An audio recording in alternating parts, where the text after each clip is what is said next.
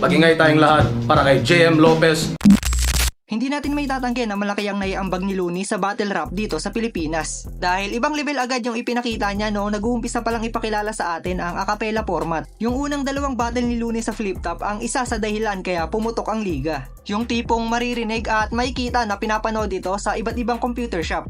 Litaw yung pagiging advance ng sulat ni Looney noon kumpara sa ibang battle MC, especially sa pagbuo niya ng multi. Sobrang siksik at advance. Buo rin yung kumpiyansa niya sa pakikipag-battle at alam mong inaral niyang mabuti bago makipagdigma ng letra. Katulad na lang nung naging performance niya kontra kay Gap. Kita naman dito na iwan si Gap kahit sa ang anggulo ng laban. Di ko alam kung ano malupit na intro dito. Kalabang ko si Gap, amoy panis na imbutido. Yung shota mo ngayon, alamin mo ang motibo. Alam mo kung bakit? Manalamin kapag uwi mo. Ngumiti ka nga. Pusta, 1,000. Kasiwang ng ngipin mo, kasya 5 piso. Kung ba't nagkaganyan yung ngipin mo, gusto kong alamin. Ng 13 anyos ka siguro, sumususo ka pa rin. Hindi ka patuloy, halimaw na ako mag-rap, tapos supot ka pa rin, sumigat na ako at lahat. Nakainkwentro ka ng tunay na eksperto sa malugay. Rumispeto ka kung ayaw mong ikwento ko yung sikreto nyo ni Tutay. Mahilig ka pala sa chick na mataba, naglaro sila ng siso, hindi siya makababa. Nakita ko yung scandal nyo, nandun sa Timog. 20 pesos, DVD copy, pangontra libog. Looney versus Gap, parang Gundam versus Robocop.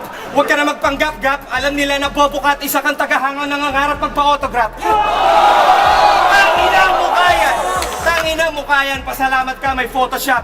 Hindi ako mauubusan ng pang-insulto. Sa pangit na mukha mo, kulang ng 1 minuto. Sige pare, ako naman. Ipapahiya kita parang babaeng nahubaran sa kalye na kung saan maraming dumadaan. Para kang taing na ulanan. Wala ka nang sumusuportang kaibigan. Pumapalakpak sa'yo, puro tropang napilitan. Kasi magaling ka raw mag-drawing, bakit di ka na lang mag-architect? Hindi ka bagay maging vapor, pero kang art defect. Ubod ng bulol, tapos utak mapurol. Ako ay kabundukan at di kayo isang burol. Oo, maskulado ka, tingting lang ako. Pero parang bumangga ka sa dingding na bato. Kasi aanhin mo nga naman ang katawan na macho. Kung banat mo naman ay parang patawa sa radyo. Kailangan pa bang i-memorize yan? Sigurado. Natalo ka kahit kamag-anak mo yung hurado. Mga banat mo burado. Bawat bitaw malagim. Kahit lutuin mo yung laban, hilaw ka pa rin. Kahit pagpatulong ka sa tropa, magsaulo ng mga tulang pangontra, ikaw ay dagang kosta sa kulungan ng gutom na kobra.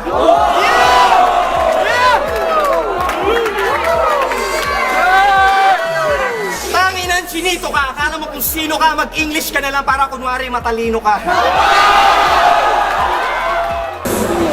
Pag ito kalaban ko, kailangan ko ng kopi ko. Pag ako kalaban mo, kailangan mo ng kodigo. Huwag kang ipokrito, naiinggit ka sa bigote ko. Mukha ka kasing in-check na emoticon. Mukha mo, puro kanto, parang polygon. Baka ibulsa lang kita na parang Pokemon. Feeling mo konyo ka, mukhang demonyo ka. Kasi ngayon ako ay si Panyaw at ikaw si Onyok lang. Hindi mo kaya lumaban, ito ay galing lang sa utak. And doon yung kabaong mo, nakahanda na, kulang na lang yung bulak. Para sa iyong ilong, dahil matalas na parang balisong. Dahil ang ilong mo ay parang tuka ng agila. Kaya ngayon ako ay parang matrikula na hindi mo binayaran at ngayon ikay sinisingil. Gusto ko, San Miguel, wala kang nahahawakang basang pinggil. Time. Pareho din ang naging resulta sa pangalawang laban ni Looney. Lamon din dito si Zaito kahit pa maganda yung freestyle na ipinakita niya. Nang ibabaw pa rin yung husay ng sulat at swabing multi ng hari ng tugma. Year 2010 pa lang to pero higit na sa 3 yung syllables na tinutugma ni Loons. Idol, pwede pa picture? Si Saito ka, di ba? Oh, naniwala ka naman. Sinasayko lang kita. Ito ba yung kabattle ko sa rap na galing probinsya? Anak ni Apple di App kay Aling Junisha? Hindi porket pangit ka, matatakot mo ako. Tagal mong dumating, nauna na yung sapatos mo sa'yo. Baka naman nakaapak lang ng etchas. Palakpakan po natin si Rainier Requiestas. Wala sa 10 piso mong talent fee, pero please, pakisoli na yung pustiso ni Michael V. So yung ngipin mo, nag-i-iskandalo, hindi na secret. Nakalabas bawat isa kasi laki ng chiclet. Pero champion ka pala, lately ko lang nalaman. Kaya naman pala, grade 3 lang yung kalaban. Iha, mali ka ng pinasukan mo na liga. Buti hindi ka binatukan ni Enigma. Bakit nga ba nandito ka? Hindi to Rap Olympics. Papatikimin kita ng mga mala-impactong lyrics.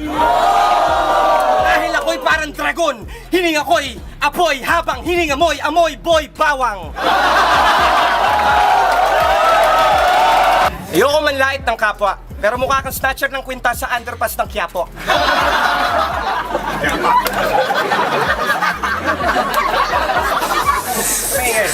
Mas malansa ka pa sa puki na basa at palad mo palang talampakan na ng pulubi na gala.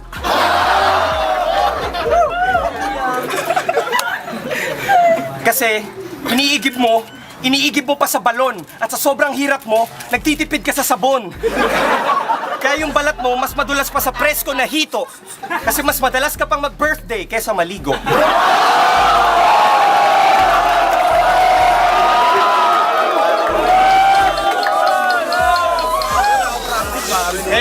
Kaya, black skin, black head, all black, everything. Kahit nakahubad dahil sobra mong itim.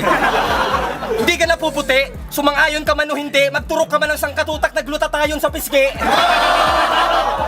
Tinan mo ang ngipin niya, parang kabayong umiti. Alalayo niya yan pa uwi, di yan malayong magbigti.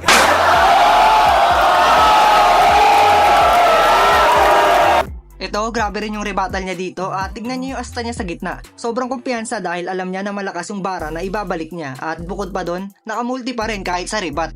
Inaalmusal mo sa umaga kanin tutong kumpara sa akin tol, bumabalentong. Mga salita ko tol, medyo sumesemplang kasi wala akong practice. Tol, wala talaga akong practice. Nag-freestyle ka, kilala mo ba kalaban mo ngayon? Hindi ka nag-practice, bakit? Kasalanan ko ba yon? Meron kang prutas sa mukha, ngayon ko lang napansin. Ilong ba yan? Buti na lang, munti ko nang pitasin. Para kang bumatak hanggang umaga. Nagaya siya ng barkada, kaso 4 lang ang sumama. Hindi porkit negro ka, kamag-anak mo si Obama, kasi mas maitim ka pa sa mga balak ni Osama.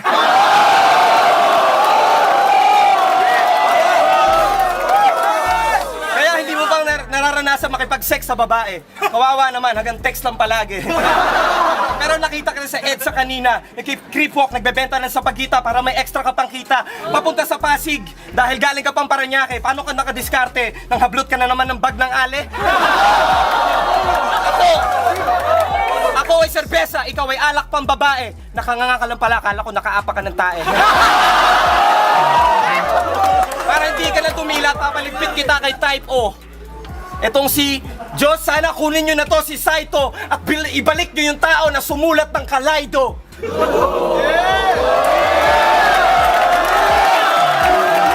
Saito, mamatay ka na, peste ka. Para kasi basta rhymes, basta nag-rhyme, pwede na. Tumingkayad ka kaya para makita ka sa cam. Pasensya nyo na, PhilAm, pinalaki sa am. Nagmamagaling ka, alam mo, maraming alam. Huwag yung bigyan ng barya yan, ipang-rugby niya lang. Yung itsura, parang kunehong nabitin. Ay, hindi pala, ito itsura ng modernong alipin. Hindi, nakadilaw pa, tumerno sa ngipin.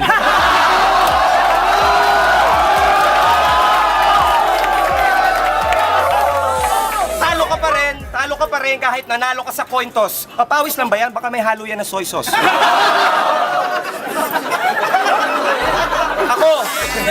Ako, presko kahit puno ng pawis. Pag tinatukan ka sa noo, presyo na ng backpiece.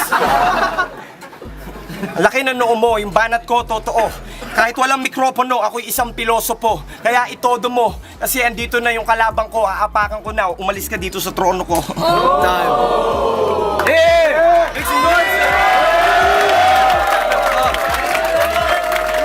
At yan nga ang Looney 2010 version. Grabe yung advance ng skills niya kumpara sa ibang MC na kasabayan niya nung panahon na to.